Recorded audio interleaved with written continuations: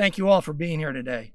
I'd also like to thank, I'm Nick Callio, the President and CEO of Airlines for America. Sorry about that. And again, welcome. Thank you for being here. We have a number of members of Congress who are here with us that we'd also like to thank for being here and for all their support. We have a remarkable gathering today. You have CEOs of leading U.S. airlines standing united here with leaders of our workers with a single united message for the Congress. Save our jobs, and save our jobs today. We've been making the case of the need for that over time. We need to see that come together. The industry's in dire straits. At one point, passenger traffic was down 96%. It's now down 70% still. 1/3 of our planes are parked, not flying, and we are losing $5 billion a month. We have great bipartisan, bicameral support in the Congress. We have the support of the administration. Everybody says they want to see an extension of the Payroll Support Act. It was the most successful part of the CARES Act. It needs to be extended. We need more than words, though. We need action, and that's what we're asking for today. We want people to understand the degree and amount of human suffering and emotional economic carnage that's going to occur next week if there isn't action. Hundreds, tens of thousands of jobs, service cut to communities of all sizes. It's inevitable. So the clock's been ticking. It continues to tick. Please act now. I'm going to turn it over to Bob Martinez, the International President of the International Association of Machinists. Thank you. Thank you very much, and good afternoon. The IAM is the largest airline union in the world.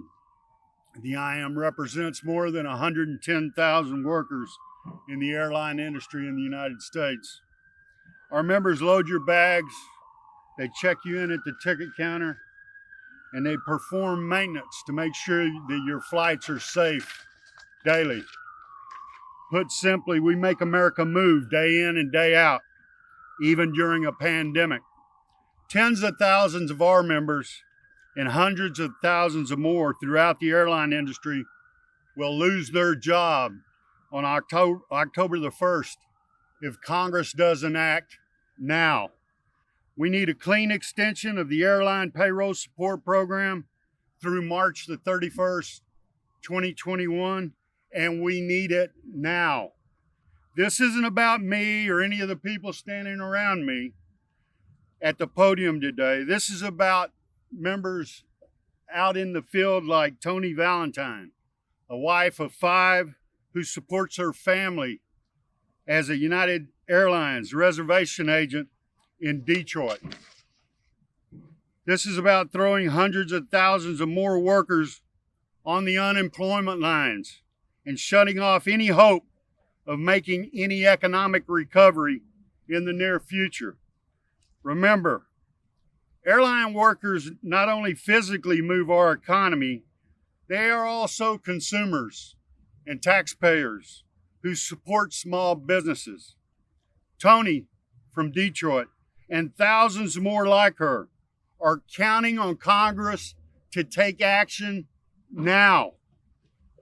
You know, this is one of the few things that both parties can actually agree upon. We have a majority bipartisan support in both the House and the Senate and the White House to pass a clean extension of the airline payroll support program. The payroll support program has kept hundreds of thousands of airline workers on the payroll and with health care benefits since its passage in the CARES Act. Unfortunately, that time runs out in just 8 days, and air travel continues to be far below the levels that were expected in 2019. The experts tell us we aren't likely to see a recovery in the airline industry until after the first quarter in 2021. But in the meantime, we must not abandon the men and women who are critical to the recovery as a nation. We will need the full force of our airline workers. to lift our country back up when America is ready to fly again. Please pass a clean extension of the Airline Payroll Support Program now. We owe it to our nation's airline workers who have already served us bravely through these most difficult times. Thank you. Thanks, sir. I'm Doug Parker, CEO of American Airlines. Thank you all for being here. The group you see in front of you is keenly aware of the high stakes of this moment of time for our nation and for our federal government. We recognize the huge loss that comes with the passing of Justice Ruth Bader Ginsburg, and we understand that the attention of Congress is trained on commemorating her remarkable life and legacy and determining a path forward for the seat on the court that is now vacant. But we all know that is far from the only challenge our country is facing. We're here today with a message of urgency. There is now strong bipartisan support for extension of the payroll support program. But if Congress can't come together on a mechanism by which to extend PSP by October 1st, 8 days from today, small communities will lose air service and 19,000 American Airlines aviation professionals will be furloughed. We simply cannot let that happen. Airline employees keep our country moving at a time when much of the world is paralyzed with fear. And so long as we keep these hardworking aviation professionals trained and employed, they will be here ready to help our country and our economy rebound from this economic crisis. Now, everyone seems to understand that now, which is why we have such strong bipartisan support.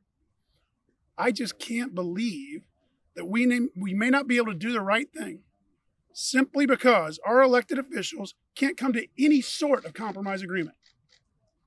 We're better than that. And the people that are out there putting their uniforms on every day, keeping our country moving safely during this pandemic, they deserve our best. So we're not going to give up. It's time for Congress to come together and do what they know is right. Figure out a mechanism to extend the payroll support program. Thank you very much. Good afternoon, everyone. I'm Julie Hedrick. I'm the National President for the Association of Professional Flight Attendants, and I represent 27,000 American Airlines flight attendants. I'm here today on behalf of the 8,000 furloughed American Airlines flight attendants, as well as all the other aviation workers who will lose their paychecks and their health care in 8 days. Today, labor leaders and airline leaders stand together and urge Congress to prevent this devastating job loss from happening. We need a clean extension of the payroll support program through March 2021. Every day I hear from flight attendants, and they are trying to figure out how they are going to survive without their paychecks and especially without their health care. We are the essential workers who have been flying throughout this entire pandemic. They are desperate for Congress to take action on this now. When aviation struggles, it's not just about the airlines. It's about the small communities. It's also about the other industries that depend on aviation. They will also suffer. Millions of Americans will be directly affected by if the airline industry is not kept strong. We appreciate the congressional bipartisan support, but now it's time to seal the deal and get this done. Thank you all.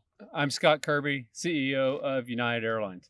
It speaks to the severity of the crisis that I can thank my fellow CEOs, union partners, and our elected representatives, particularly Chairman DeFazio and Ranking Member Graves, for being here with us today. It's unusual to see a group united like this.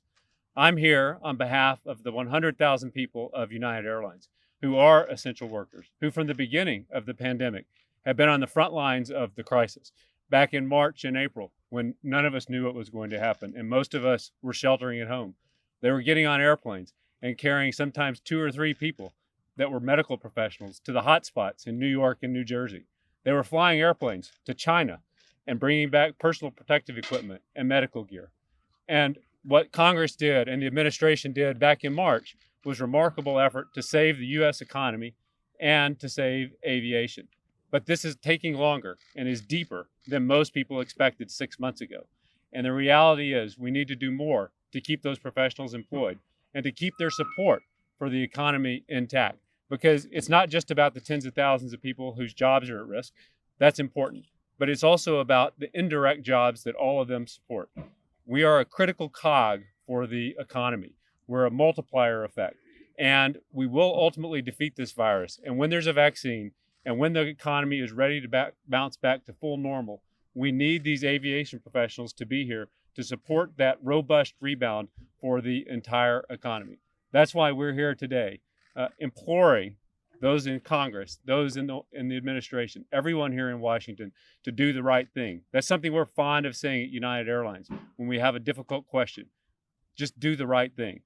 Everyone agrees, as the others have said, that the right thing to do, both sides of the aisle, is to extend the payroll support program through March. If we can do that, we ought to be able to get that done. We can save these jobs, keep those critical links for the economy going, and be prepared to bounce back strongly when we ultimately defeat the virus. Thank you. Thank you for being here. My name is Captain Joe DePete, and I'm the president of the Airline Pilots Association International, and I'm proud to represent over 63,000 pilots who fly for 35 U.S. and Canadian airlines. And I'd like to begin today by acknowledging the loss that our nation and our union felt at the passing of Supreme Court Justice Ruth Bader Ginsburg. She was a towering advocate for equality among workers and the dignity of work for all. I'm here today to remind everybody that time is running out for Congress and the administration to act and save the jobs of frontline aviation workers across this country, including thousands of members of the Airline Pilots Association. In only a few days, the CARES Act payroll support program will expire. If that happens, aviation workers will be out on the streets and on the unemployment lines through no fault of their own. This harm to frontline workers is entirely avoidable. I want to emphasize that. It's entirely avoidable, and it's in our national interest to prevent it. Airline pilots need Congress and the administration to extend the payroll support program, and we believe that there's still time to get that done. The stakes are high, obviously. We must do this. Failing to extend the payroll support program will not only result in severe financial hardships for tens of thousands of aviation workers and their families, but it will also threaten the airline industry's broader contributions that they bring to this nation. After all, U.S. airline industry workers help drive the U.S. economy. They support the U.S. military, transport American goods and services, and provide essential air service to small and mid-sized communities. Allowing thousands of aviation workers to lose their jobs will also have long-term consequences. When the economy recovers, and it will recover, we won't be able to simply flip a switch and bring highly trained pilots, flight attendants back online overnight. It takes time to retrain them and prepare them to maintain our industry's highest standards of safety. Simply put, October is too late. November is way too late. Airline worker relief doesn't work retroactively, and Congress must act now. We've heard encouraging words about a relief package from the U.S. government leaders on both sides of the aisle. That's good news. But airline pilots and other aviation workers need more than words. We need action. We need it quickly. Airline pilots have done our part to help this nation through this public health crisis and helped our industry weather an economic storm. From the onset of the pandemic, airline pilots have been on the job, doing our jobs courageously, taking risks. We've transported medical personnel to outbreak hotspots and kept the global supply chains moving. And we're also contributing to our industry's recovery through ALPA's just announced advertising initiative, reminding the public that when they're ready to fly again, we are ready for takeoff. Now, airline pilots, flight attendants are doing our jobs to speed the recovery in our industry. And now we need Congress and the White House to do theirs. Thank you very much for your attention. Appreciate it. Good afternoon, and thank you for being here today. My name is Robin Hayes, and I'm the Chief Executive Officer of JetBlue. A lot has been said, but I'd like to give you our perspective. You know, we're based in New York, and I'm here on behalf of our 23,000 amazing crew members. And as all of you know, nowhere was touched deeper than New York with the coronavirus pandemic. Back in March, our crew members were going to work scared, terrified, but also worried about their jobs and what was going to happen. They carried medical workers into New York to deal with all the patients in overflowing New York hospitals. And they were there for our country and our airline and our industry when most of us were sheltering in place. They did their jobs. They did it out of a sense of duty and commitment. They did it for each other, and every day they went home to their families who were concerned about their safety. We didn't know a lot about the coronavirus then that we know now, and yet they stepped up and they did their job. So I'm here with just one request on behalf of 23,000 JetBlue crew members who have done their job. And we need Congress to do their job. We have bipartisan support. We have support from the White House. We have support from the Democrats. We have support from the Republicans. So our crew members sit there and say, we did our job. Why can't they do their job? If we can't get this done when there is agreement, what can we get done? You've heard all the arguments why the airline industry is so important for our country and our nation. It is a huge chunk of our GDP. And when we get into next year and hopefully we start seeing a proper recovery, we will be here and our people will be here. People vote for their elected representatives to go to Washington or go to their state house and do their job. We have 23,000 JetBlue crew members who have done their job. We have all these amazing essential workers at other airlines in the US that have done their job. I'll say it one more time. Please, Congress, we need you to do your job, and we need you to do it now. Good afternoon. My name is Captain Eric Ferguson. I'm the president of the Allied Pilots Association, representing the nearly 15,000 pilots of American Airlines. I want to start off by thanking Congress and the administration for their support back in March, leading up to a 6-month vital lifeline for our industry as we fought the pandemic and learned more and more every day. Hope is on the horizon, but we need more help to get over that horizon. Whenever a crisis arrives in the air, we are forced to choose the correct procedure. We are forced to assess the amount of time we have to meet that emergency. And then we must execute the procedure flawlessly and decisively. That is what we are asking Congress to do and the administration at this point. We must act now to prevent catastrophic damage to our major economic engine of the U.S. airlines. Must act now. Choose the correct procedure, extend the payroll support program. And again, I want to thank Ranking Member Graves and Chairman DeFazio for their incredible support here. We know we have support across the board for this. We need to get it done. We need to get it done now. We do not have enough fuel in the tanks to fly on for forever here. We need Congress to refuel our tanks, keep us going, get us over the horizon. We are seeing progress. We can get there, but we cannot get there without the aid required by the PSP. With that, thank you very much for being here. Thank you. My name is Sarah Nelson. I'm president of the Association of Flight Attendants. The beginning of this pandemic, representing 50,000 flight attendants at 20 different airlines. This is unprecedented. Industry and unions united standing in front of you, but it is not unprecedented in our work. Because when there is a crisis in aviation, we always come together. We always put safety first. we always learn from our mistakes and make corrections to make sure they do not happen again. In March, that's what we did together with the leadership of Chairman DeFazio in crafting the payroll support program. We made a program that was a relief program, not a bailout. It didn't just go to corporations, it was built from the ground up. The money was focused on workers, focused on jobs, and there were certain requirements that came with it. No involuntary furloughs, continued service to all of our communities, carrying the U.S. mail, carrying critical infrastructure to our communities, critical personnel to help fight this virus, medicines to our veterans. It also required a cap on executive compensation. You're welcome, guys. And a ban on stock buybacks and dividends.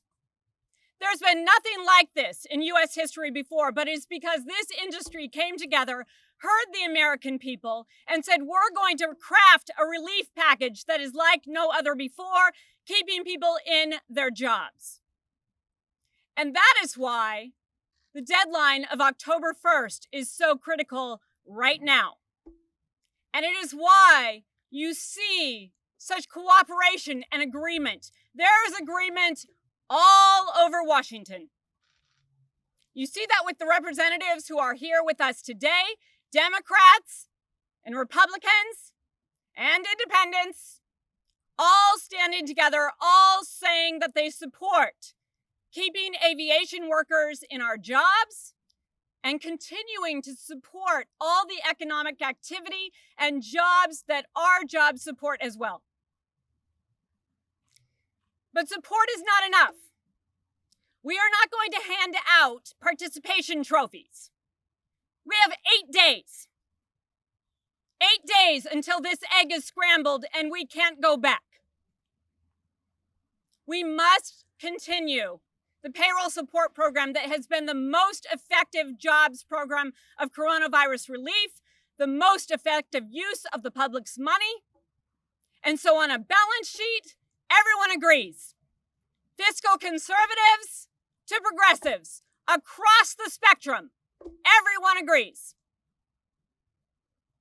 But this is not a political assessment today. This is real people moving their stuff into their cars and trying to figure out how to survive.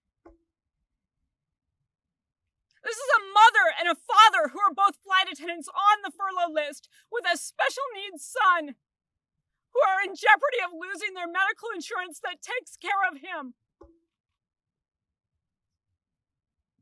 This is about the flight attendant who is on the furlough list again. She was on the furlough list after 9/11, and she's on the furlough list again.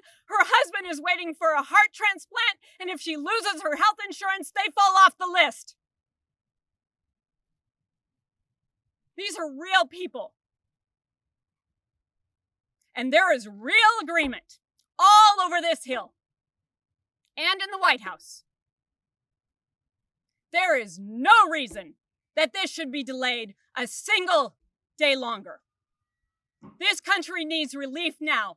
We all come together all the time. As Americans, we come together all the time. When the government shut down a year ago, people came to our security checkpoints with kindness in their heart and offering help to our transportation security officers, because that's who we are as Americans. And the airline industry is so important that when a few planes stopped, all of a sudden, this Hill had a deal. We know, as union negotiators and as heads of airlines, that when two parties want to reach a deal, it can come together in a matter of hours. That is what we expect. Inaction is not an option. So I want to thank the leadership of Chairman Peter DeFazio of the Transportation and Infrastructure Committee and the leadership of Ranking Member Sam Graves, who are here today together to demonstrate the agreement all over this place. We just have to get it done. Let's hear from Chairman DeFazio and Ranking Member Graves. Well, as said earlier, but I'm going to repeat it. The most successful element of the CARES package was the payroll support program that we ran. We used the airlines essentially as the unemployment office. You know, in my state, there are people who applied in March, gig workers, because they're a new category. They still haven't gotten their benefits. And my state is not unique. All across America, Americans are hurting. And we need things that work efficiently to get them help. We need to extend the entire CARES package with elements from our HEROES bill here in the House. And the point of the spear of getting this done, to get people to the table, could be this package. 100,000 jobs on the line, predominantly union jobs, family wage jobs. You've heard the stories of what it means when those people lose their jobs. 100,000 people in one day. That's a big hit from coronavirus. So this package, with the bipartisan agreement, could be the point of the spear in getting our leadership together to negotiate CARES 2, HEROES. I don't care what you call it. We have to do this package. We have to extend the federal unemployment benefits. We have to support small business. We have to help the states. There's a long list of things that need to be done. There's agreement from all the economists and the Federal Reserve. This needs to get done. And we're here today talking about a microcosm of that. 100,000 people, and they face a really, really short deadline. We have to get this done before October 1st. And this could help millions, tens of millions of Americans by being the thing that got people to the table and got the job done. With that, I'd like to introduce my partner on this, my friend Sam Graves, my ranking member. Thanks, Peter. I want to echo everything that Peter said. This is vitally important to get done. And folks, this isn't. I hear so much talk about this being an airline bailout. This isn't a bailout of the airlines. This isn't as a result of bad corporate decisions or bad business decisions. This is as a result of government decisions. And this is something that it's imperative that we see this extension done. You know, it comes to workers, and that's what it comes down to, as was pointed out. These are highly skilled positions. It takes years of training and hundreds of thousands of dollars in many cases to just to qualify for many of the positions in the airline industry. We absolutely cannot let an entire sector of the economy collapse, and that's exactly what will happen if we do not get this extension done. So thank you all very much. Again, thank you all very much. Hopefully you get the message. As my head of communications said, we've been saying this. I said, we've been saying this over and over again. And she said, just about the time you think you're sick of saying it, people might be starting to listen. So we hope that people are listening. This is an availability, so we can take some questions if you like. Question is if there's another plan, if we don't get Congress to act, that's the preferred plan. What we need is some mechanism by which PSP to be extended. And there are several ways that can be done. Ideally, it'd be through a COVID relief bill. That's where we're focusing our efforts. But if that doesn't work, we'll go anywhere else we can to try and figure out any mechanism to get done what people want to get, what everyone says they want to get done for us. So anyway, this is by far the preferred option. It's the most efficient option. It actually helps all Americans. So we think it's the best option. But if not, we'll look to other areas as well. I can answer your question for American. We have indeed agreed to a loan from the U.S. Treasury Department. We all have been meeting with the leadership regularly. The airlines met last week with Chief of Staff Meadows at the White House. We went with the Speaker the following day. There has been so much work that's been done. We've been pounding on the same doors over and over again. What we need to do is have the people with whom we've been speaking sit down together at a table and work out a deal. If you look at the figures that have been quoted by the Speaker and the figures quoted by the White House as the President expressed support, they're in a very narrow range. I mean, it's a compromise waiting to happen. They just need to talk. Yes, we're all meeting. It's coronavirus, so much of it is by phone and Zoom, but we're all meeting constantly and engaged with the offices all the time. And also, I should note that flight attendants and other aviation workers have been meeting with congressional representatives in their congressional districts. In fact, there was a large group outside of Leader Schumer's office today, and have been outside Senator Rubio's office and John Cornyn's office and Cory Gardner's office and Amy Klobuchar's office. That's just in the last 2 days. That will continue.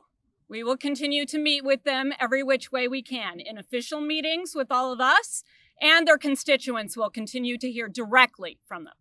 Okay, the question was, I suggested there are looking at other alternatives. I'm talking about other alternatives prior to October 1st. On October 1st, the furloughs happen. Those are in place. The individuals know who they are. They believe that's going to happen. We're doing everything we can to make sure that absolutely does not happen.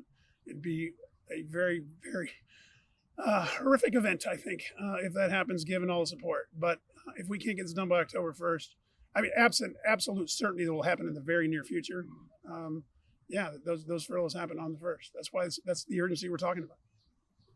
The question was, we've got some leading airlines here, but there are other members. Is there unanimous support? The answer is decidedly yes. Believe it or not, we actually, of our membership, 5 of them are having their own board meetings today. So, and believe me, they are all talking about it and talking about their support for an extension of the Payroll Support Act. So I think we probably have time for one more question. Look, I think one big important point for why that's not accurate, and by the time we get to April, is that we're going to know far more about a vaccine and when a vaccine is available. The problem for us today is that is so far over the horizon that we put our whole companies at risk if we don't do something in a world where our revenues are down 85%. And by the time we get to March, though, even if we're not past the coronavirus, and there's a good chance we won't be past it by the end of March, but we'll have a lot more certainty, and we'll be able to see the light at the end of the tunnel and know when we're going to be past it. And then we can carry that risk because we'll have more confidence that within 3 months or 6 months that we're going to be past it. And so I think we'll be in a, not for sure, but I think we'll be in a much different position come March 31st than we are today because we'll have more certainty. Pete, Real quick, while you're at the mic, can we ask you about the IATA recommendation this morning about creating air bridges, pre-testing for international flights? Yeah. I know you guys have supported that in the past. Is that something that's still a continuing conversation? Where does that stand with the federal government? It is.